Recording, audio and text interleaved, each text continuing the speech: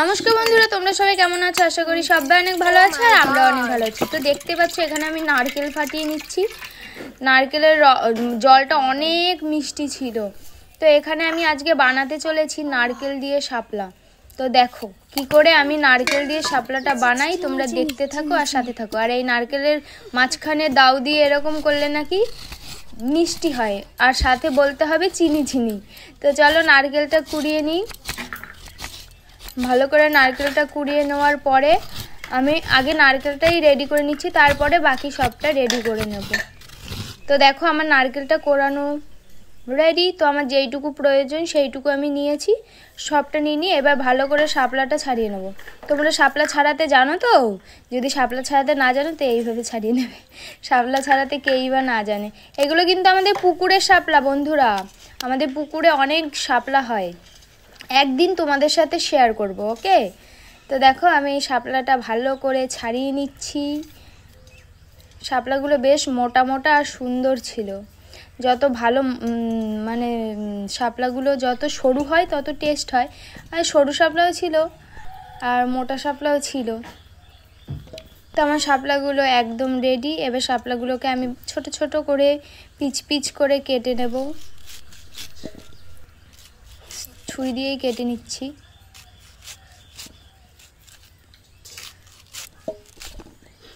তো আমার শাপলাগুলো কাটা রেডি। দেখতে পাচ্ছ কতগুলো শাপলা হয়েছে। একটা জিনিস দেখাই তোমাদের, চলো। বেনুনি, শাপলার বেনুনি। এটা আমি মজা করেই বানাচ্ছিলাম, কেমন লাগে দেখার জন্য। তো তোমরাও দেখো, আশ্চর্য একটা জিনিস। এটা আমি নিজেও পারতাম না, আমার বরের কাছ থেকে আমি শিখেছি। মালা মালা, বেনুনি তো নয়, মালা, মালার মতো হবে। তো দেখো আমি কত সুন্দর মালা বানিয়ে নিয়েছি। আবার মালার একটা ইয়েও আছে, কি বলে ওটাকে, ঝুমকা। তো এরপরে আমি শাপলার মধ্যে নুন মাখিয়ে রাখবো। শাপলার মধ্যে নুন মাখিয়ে রেখে দেবো খানিকক্ষণ, তাহলে জলটা গলে যাবে। তো এখানে আমি নারকেল কোড়া নিয়েছি, সর্ষে নিয়েছি, কাঁচা লঙ্কা, শুকনো লঙ্কা, হলুদ আর নুন। আর এখানে আছে অল্প একটু রসুন কুচি। তো এইটুকুই আমার উপকরণ।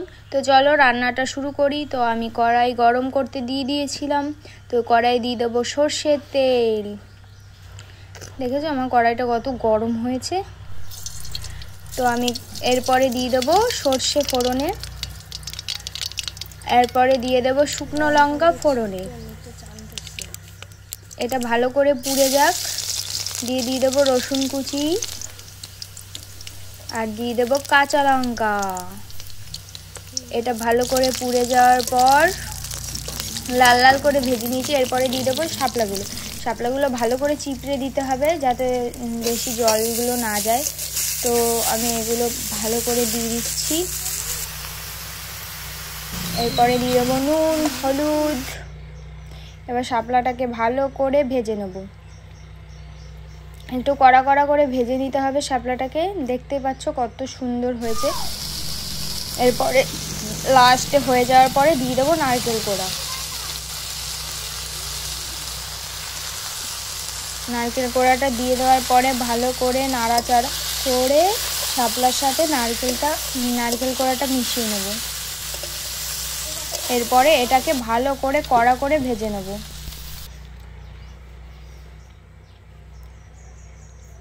তো তোমাদের এই ভিডিওটা কেমন লাগলো অবশ্যই কমেন্ট করে জানাতে একদমই ভুলবে না। আর ভিডিওটা ভালো লাগলে চ্যানেলটাকে সাবস্ক্রাইব করে পাশে থাকবে। ফেসবুক থেকে দেখে থাকলে পেজটাকে ফলো করে পাশে থাকবে। তো তোমরা অবশ্যই বাড়িতে একবার হলেও এই রান্নাটা ট্রাই করে দেখো, অসম্ভব টেস্টি হয়েছিল খেতে।